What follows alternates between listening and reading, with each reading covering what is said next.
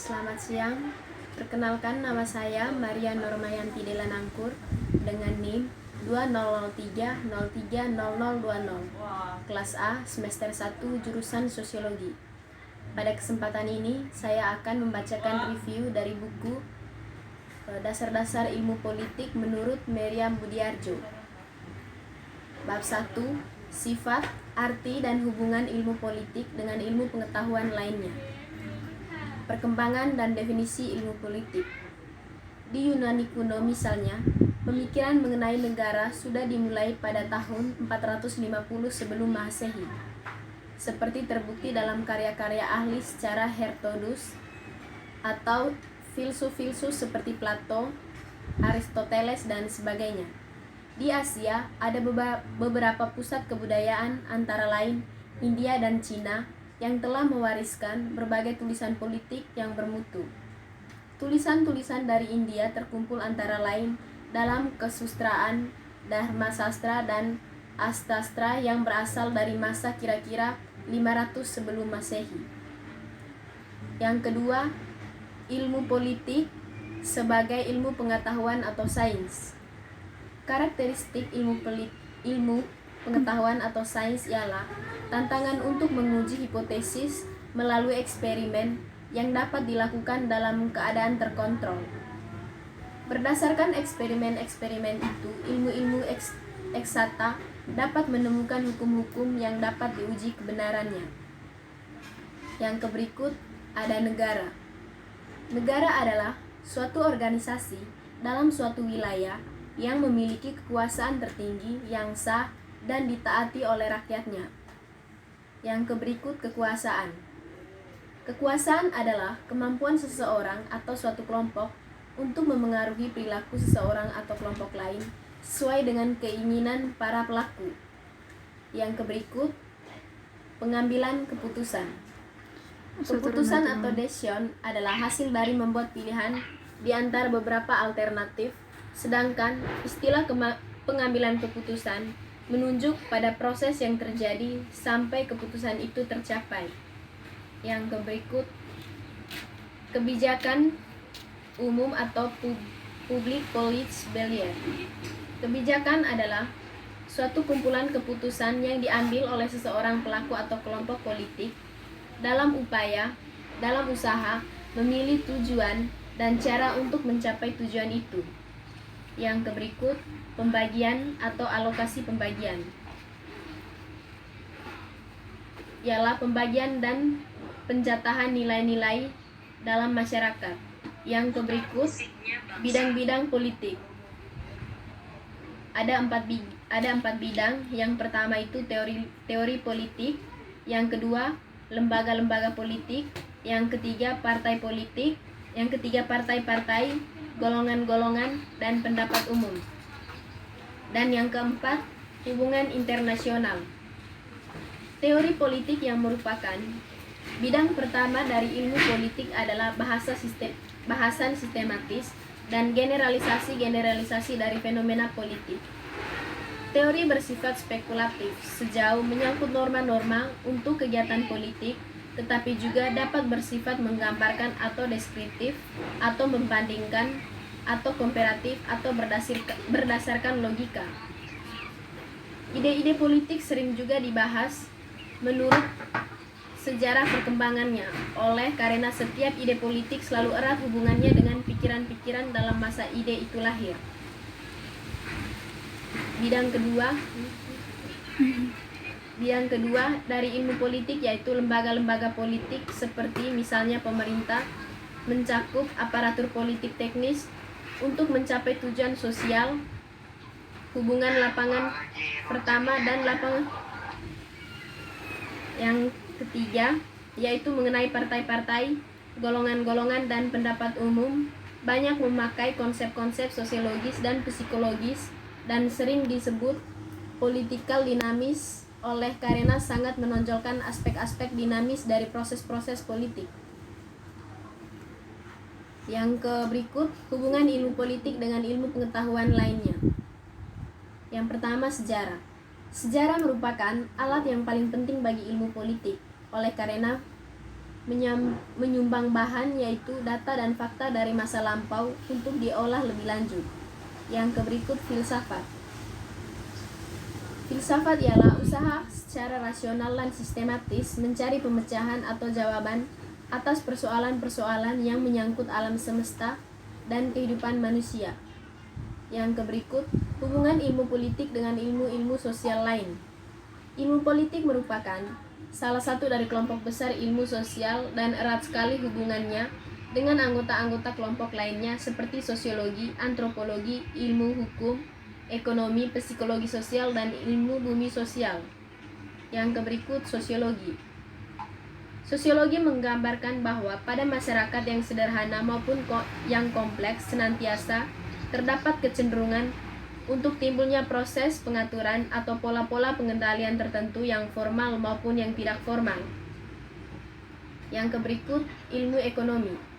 Pada masa silam, ilmu politik dan ilmu ekonomi merupakan bidang ilmu tersendiri yang dikenal sebagai ekonomi politik atau political economy, yaitu pemikiran dan analisis kebijakan yang hendak digunakan untuk memajukan kekuatan dan kesejahteraan negara Inggris dalam menghadapi saingannya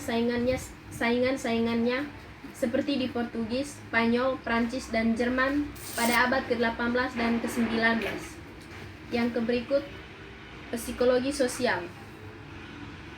Psikologi sosial adalah pengkhususan psikologi yang mempelajari hubungan timbal balik antara manusia dan masyarakat, khususnya faktor-faktor yang mendorong manusia untuk berperan dalam ikatan kelompok atau golongan. Yang berikut geografi. Geografi mempengaruhi karakter dan kehidupan nasional dari rakyat dan karena itu mutlak harus diperhitungkan dalam menyusun politik luar negeri dan politik nasional. Yang berikut ilmu hukum. Ilmu hukum tidak melihat manusia sebagai makhluk yang terpengaruh oleh faktor sosial, psikologi, dan kebudayaan. Bab 2. Konsep-konsep politik. Yang pertama itu teori politik. Teori politik adalah bahasan dan generalisasi dari fenomena yang bersifat politik. Ada dua macam teori politik. Yang pertama itu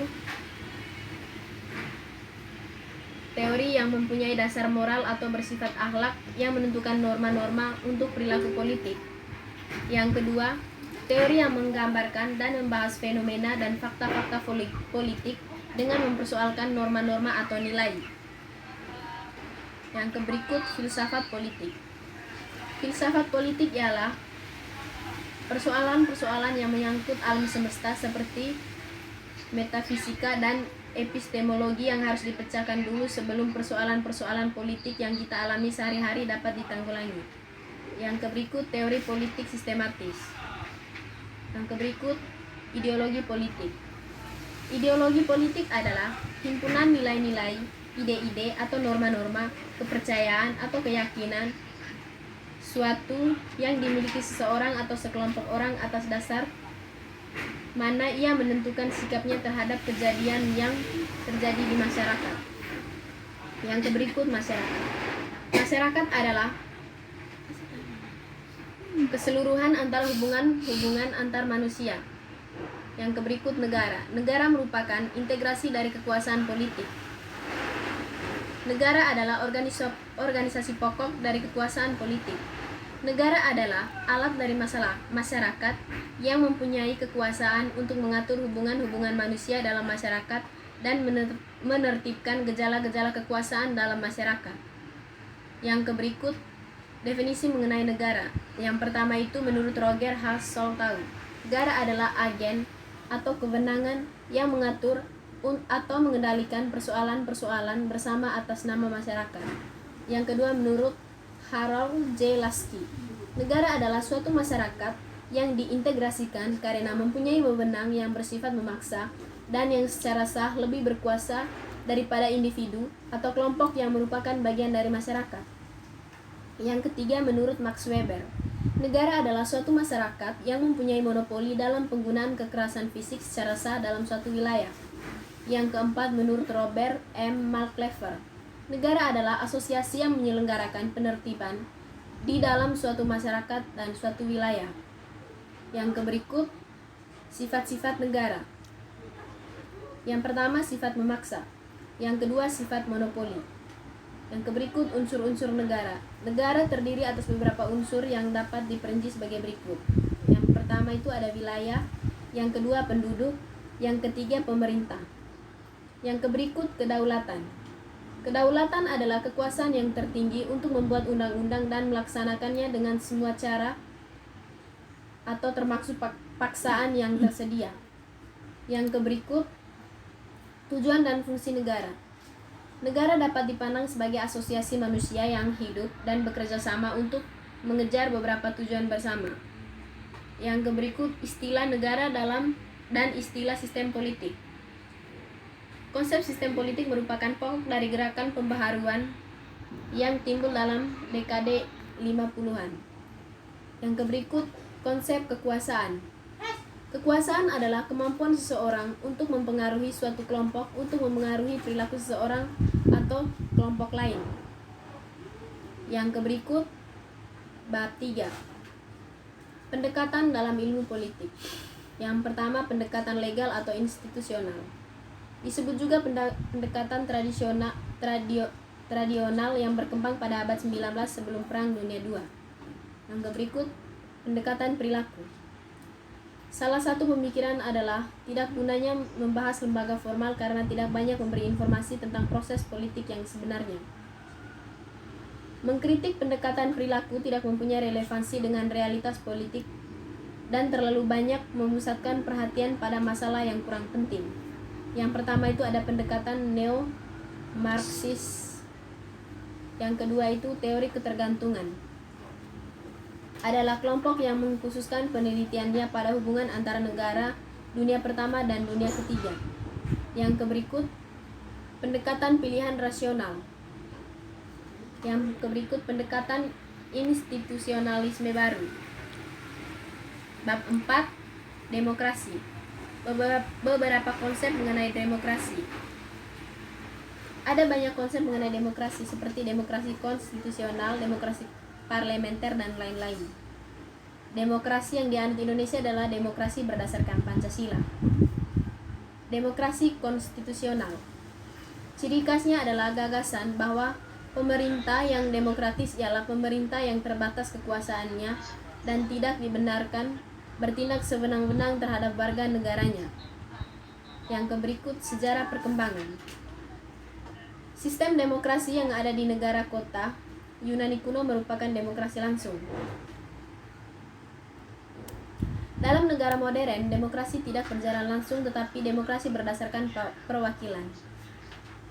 Yang berikut, demokrasi konstitusional abad ke-19, negara hukum klasik. Akibat dari keinginan untuk menyelenggarakan hak-hak politik secara efektif, maka timbullah cara untuk membatasi kekuasaan pemerintah dengan suatu konstitusi.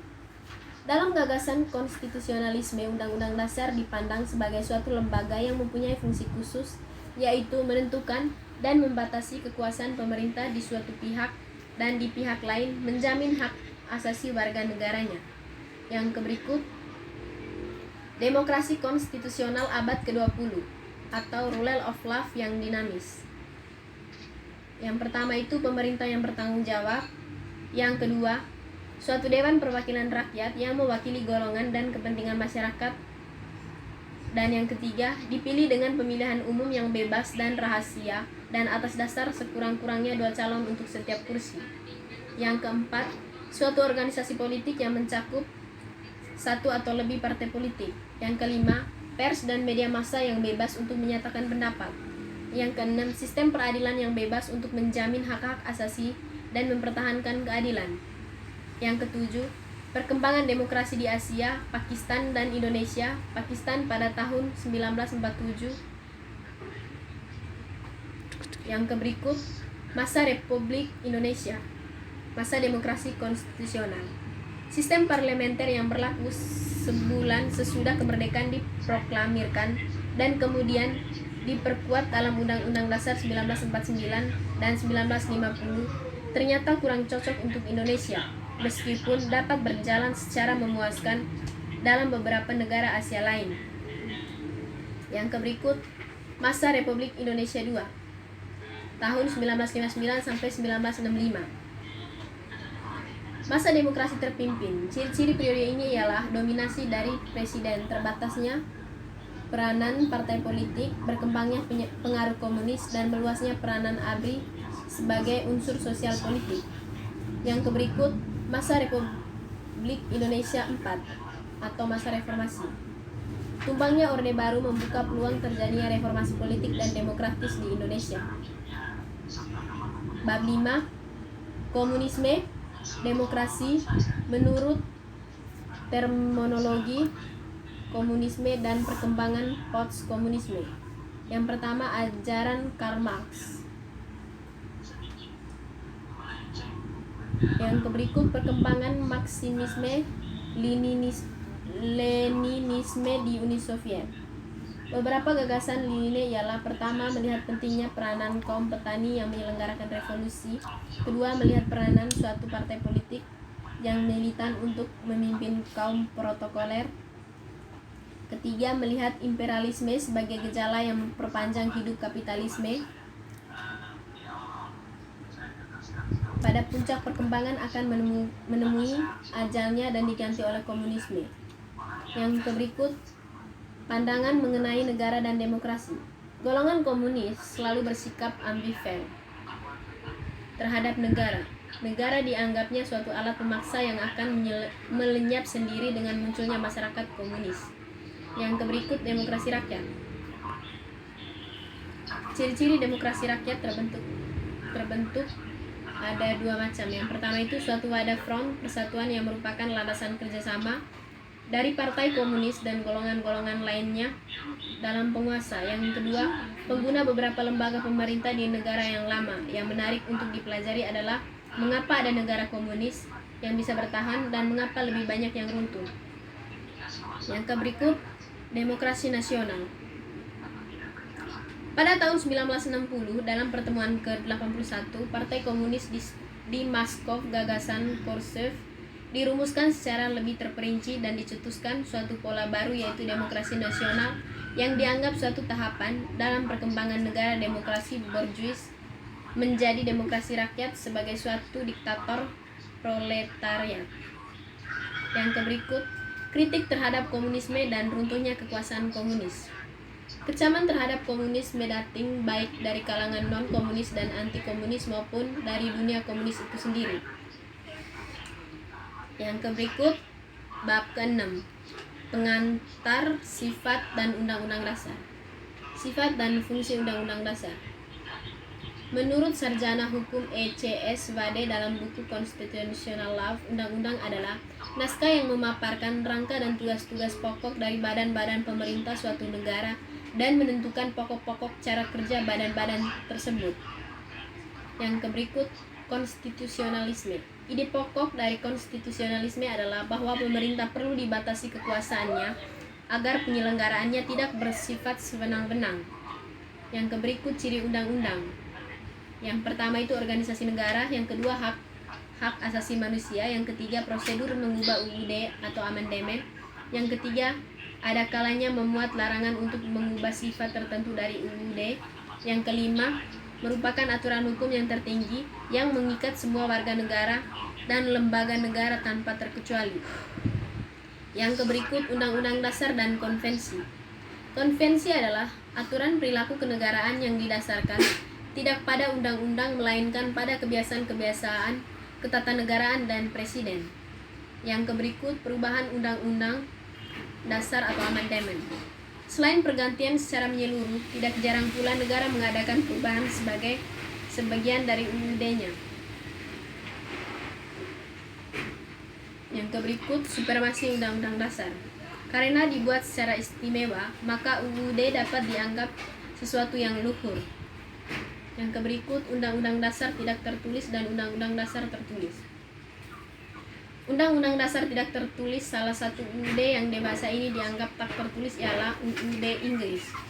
UUD ini disebut tak tertulis karena tidak merupakan suatu naskah, tetapi jika diselidiki benar-benar ternyata bahwa sebagian terbesar UUD Inggris itu terdiri atas berbagai bahan tertulis berupa dokumen-dokumen resmi. Yang berikut, undang-undang dasar tertulis.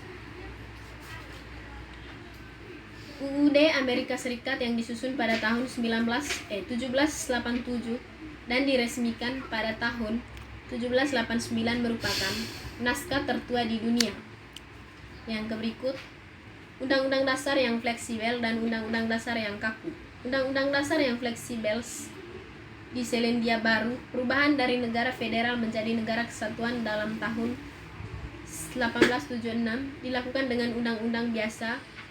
Begitu pula pembubaran Majelis Tinggi dalam tahun 1951.